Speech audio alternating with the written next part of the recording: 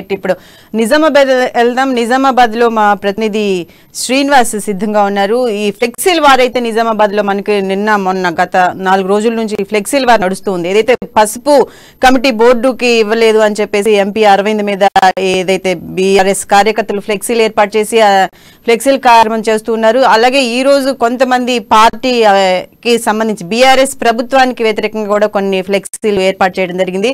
నిరుద్యోగ భృతి అయితే ఏముంది, ఏ ప్రాబ్లమ్స్ ఉన్నాయో ప్రభుత్వం ఇప్పటి వరకు ఏదైతే ఇవ్వలేదో దానికి సంబంధించిన ఫ్లెక్సీలను ఏర్పాటు చేయడం జరిగింది. ఈ ఫ్లెక్సీల వారికి సంబంధించి డీటెయిల్స్ ఏంటి శ్రీనివాస్? శిరీష, ఏదైతే గత 2 రోజులుగా అయితే నిజామాబాద్ జిల్లాలో ఈ ఫ్లెక్సీల రగడ కొనసాగుతుంది. ఎక్కడ చూసినా కూడా నగరంలో ఏ వీధి చూసినా కూడా ఎల్లో, పింక్ ఇట్లా 2 రకాల ఫ్లెక్సీలతో అయితే నిజామాబాద్ అయితే ఒక ఎటు చూసినా ఇవే రంగులు కనిపిస్తున్న నేపథ్యం కనిపిస్తా ఉంది. ఇప్పుడే రాజకీయ వాతావరణం అంతా వేడెక్కిన పరిస్థితి లాగా జనాలంతా చూసుకుంటున్న పరిస్థితి కనిపిస్తా ఉంది. ఎందుకంటే నిన్న చూసుకున్నట్టయితే నిన్న ఏదైతే బీజేపీ ఎంపీ ధర్మపురి అరవింద్ పసుపు బోర్డు తీసుకురాలేదు అంటే ఎలక్షన్ లో ఆయన పార్లమెంట్ ఎలక్షన్ కు ముందుగా అయితే పసుపు బోర్డు తెస్తా అని చెప్పి ఇచ్చిన హామీ ప్రకారంగా అయితే ఇంకా తీసుకురాలేదని చెప్పి ఒకవైపు కూడా బీఆర్ఎస్ పార్టీ వాళ్ళు సంబంధించిన కూడలీలలో ఎల్లో ఫ్లెక్స్ ఏర్పాటు చేశారు. ఇదంతా కూడా నిన్న దుమారం రేపిన పరిస్థితి కనిపిస్తా ఉంది. ఎక్కడ చూసినా కూడా ఇదే టాపిక్ తో అయితే సోషల్ మీడియా ఎక్కడ చూసినా ఇదే కనిపించిన పరిస్థితి కనిపిస్తా ఉంది. దీనికి స్పందించిన ధర్మపురి అరవింద్ అయితే దీనికి స్పందిస్తూ ఆయన పసుపు బోర్డు కాదు, మేము స్పైస్ బోర్డుని తీసుకొచ్చినాము, దీనికంటే అడ్వాన్స్ టెక్నాలజీ అనే విధంగా అయితే ఆయన చెప్పిన నేపథ్యంలో కూడా మరొకమారు మీరు ఫ్లెక్సీలు పెడితే మేము పెట్టలేవా, ప్రభుత్వం అయితే బీఆర్ఎస్ ప్రభుత్వంలో అనేక ఏవైతే వాగ్దానాలు చేస్తూ ఎన్నో మర్చిపోయారు, మేము స్పైస్ బోర్డుని కూడా తీసుకొచ్చాము, ఫ్లెక్సీలు మీకు కాదు మాకు కూడా పెట్టచ్చు అని ఒక చేసిన కామెంట్ నేపథ్యంలో కూడా అనంతరం రాత్రికి రాత్రే ఈ ఫ్లెక్సీలు వెళ్ళడం కూడా ఇంకా రాజకీయ వాతావరణం కూడా వేడెక్కిన పరిస్థితి కనిపిస్తా ఉంది. ఎల్లో పింక్ తో అయితే నిజామాబాద్ జిల్లా వ్యాప్తంగా కూడా ఇదే ఎక్కడ చూసినా కనిపించిన పరిస్థితి కనిపిస్తా ఉంది. అయితే జిల్లాలో చూసుకున్నట్టయితే ఇటు ఆర్మూర్ నియోజకవర్గం కానీ, ఇక్కడ బాల్కొండ కానీ, ఇక్కడ బోధన్ కానీ మొత్తం అన్ని నియోజకవర్గాల్లో కూడా ఫ్లెక్సీలు ఏర్పాటు చేసిన నేపథ్యం కనిపిస్తా ఉంది. తీరా స్థాయికి ఇది తీసుకెళ్తున్న పరిస్థితి కనిపిస్తా ఉంది. అయితే ఇక్కడ మనం చూసినట్టయితే నిన్న జరిగినటువంటి ఏదైతే ఫ్లెక్సీ రగడతో అయితే ఈ రోజు కొంతమంది కూడా ఫ్లెక్సీలు పెట్టారు. నిన్న ఎల్లో ఫ్లెక్సీలు వెలిస్తే ఈ రోజేమో ఫ్లెక్సీలు వెలిసాయి. ఈ ఫ్లెక్సీల వాతావరణం అయితే దుమారం రేపుతున్న పరిస్థితి కనిపిస్తుంది. ఎన్నికల్లో ముఖ్యంగా కూడా ఎన్నికల్లో ఇచ్చిన హామీలు ఏవైతే ఉన్నాయో హామీలు ప్రజలకు తెలిసే విధంగా అయితే ఇదంతా పరిణామం చూస్తే ప్రజలైతే మెరుకున్న పరిస్థితి కనిపిస్తా ఉంది.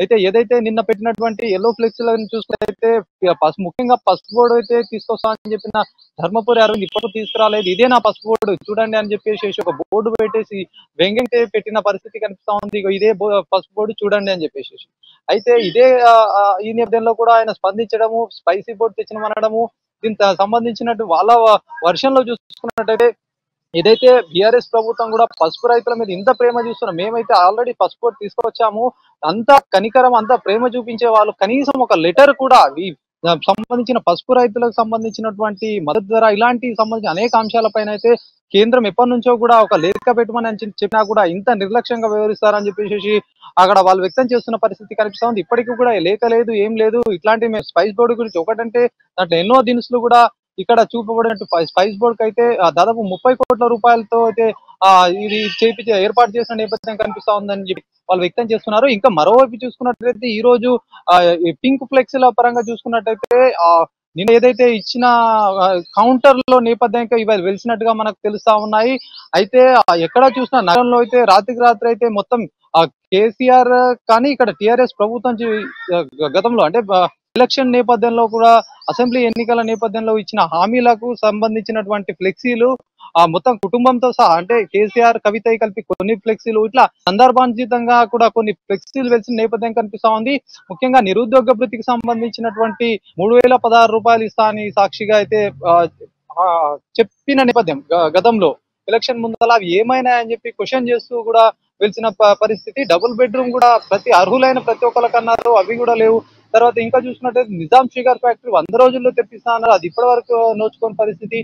ఇట్లాంటి అయితే రైతులకు కూడా సంబంధించినటువంటి ఎరువులు ఫ్రీగా ఇస్తాము అని చెప్పినా అది కూడా రాలేదు. ఇట్లాంటి అనేక అంశాలపైనటువంటి ఫ్లెక్సీలు వెళ్లడంతో కూడా ఇక్కడ జిల్లా ప్రజలు చర్చించుకుంటున్నారు, ఎవరు ఏం చేశారు, ఎవరు ఎలాంటి వాగ్దానాలు ఇచ్చిన అంశం అయితే అందరు ప్రజలకు కనిపించే విధంగా పెట్టడంతో అందరు కూడా యాక్టివ్ అయిన పరిస్థితి, అందరు చూస్తూ ఆశ్చర్యపోయిన పరిస్థితి అయితే కనిపిస్తోంది. ఫ్లెక్సీల గొడవ కూడా ఈ రాంతం ఏదైతే ఉందో రగడ ఏదైతే ఉంది ఇది కాదు ఈ వర్షన్ అని చెప్పేసి ఒకవైపు బీజేపీ సంబంధించిన సంబంధించిన రామ్మోహన్ రెడ్డి కూడా చెప్పిన నేపథ్యం. అయితే అధికార పార్టీకి సంబంధించినటువంటి ఫ్లెక్సీలేమో అలాగే ఉంటాయి.